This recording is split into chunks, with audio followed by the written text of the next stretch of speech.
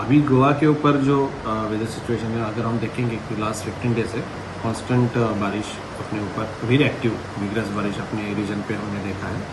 So currently जैसे आपने सही बताया कि आज और कल हम रेड अलर्ट की तरफ जा रहे हैं, बिकॉज बे ऑफ बंगाल में जो सिस्टम एक बना है लो प्रेशर एरिया, उसका इम्पैक्ट कोस्टल रीजन के ऊपर जैसे अपने गोवा स्टेट के ऊपर ऑब्जर्व होता है।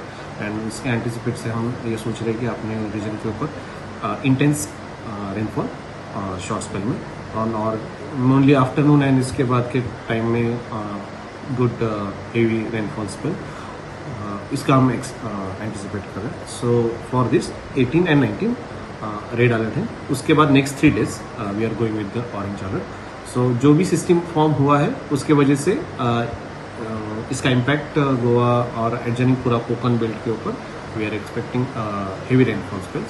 सो in this anticipation from today and tomorrow we are going with the red alert and next 3 days, उसके बाद के next 3 days we are going with orange alert. Sir Goa में अभी तक कितना % बारिश रेनफॉल हुआ है अभी तक? yes, गोवा का भी अगर हम देखते हैं मानसून सीजन जो होता है वो जून से लेके सितंबर तक होता है। सो 1 जून से लेके अभी तक 18 जून तक हम देखेंगे तो नॉर्मल रेनफॉल एक्सपेक्टेड था कि 1515 mm 1550 mm रेनफॉल भी expected and we have received the rainfall it is about 2350 mm। Okay, so it is only 50% more side higher side. So vigorous बारिश है and next 5 days.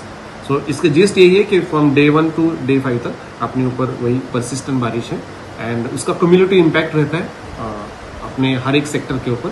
So considering this entire effect we are going for next 2 days red and subsequent next 3 days we are going with long range forecasting में बताया कि we are going with जो Konkan belt है, जो देखेंगे जो mainly coastal areas वहाँ पे बारिश, बिकॉज ये large scale phenomena and large scale phenomena हम देखते तो through the season we are expecting a good amount of rainfall and July is the one season कि जहाँ पे हम ज्यादा रेनफॉल मिलते हैं नॉर्मल।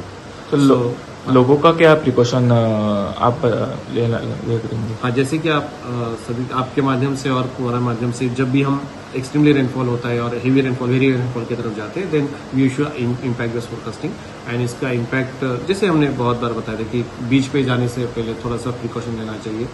हेवी रेनफॉल और व्हीकल्स जो है रोड्स स्लिपरी है जहाँ पे प्रिकॉशन लेना चाहिए, लैंडस्लाइड्स होने वाले, तो वहाँ पे जो भी एरिया है वल्नरेबल सेक्शंस है उसमें थोड़ा ध्यान देना, प्रिकॉशन लेना चाहिए। एंड जो भी अपना डे टू डे एक्टिविटीज़ है रेनफॉल ये स्पेल देख के चलिए। जो इंटेंस रेनफॉल, इंटरमीडिएट रेनफॉल हम उसको बोलते हैं कि persistent intermediate rainfall along with persistent rainfall. So जो भी और कुछ शॉर्ट स्पेल में हेवी रेनफॉल हो जाते हैं उसमें। So considering the flooding situation और ये सब सिचुएशन में सभी नागरिकों से यही रिक्वेस्ट है कि प्रॉपर प्रिकॉशन ले अपनी तरफ एंड इस नेक्स्ट आज से लेकर नेक्स्ट 5 डेज तक रेनफॉल को एक्टिविटी देख के they should plan their activities.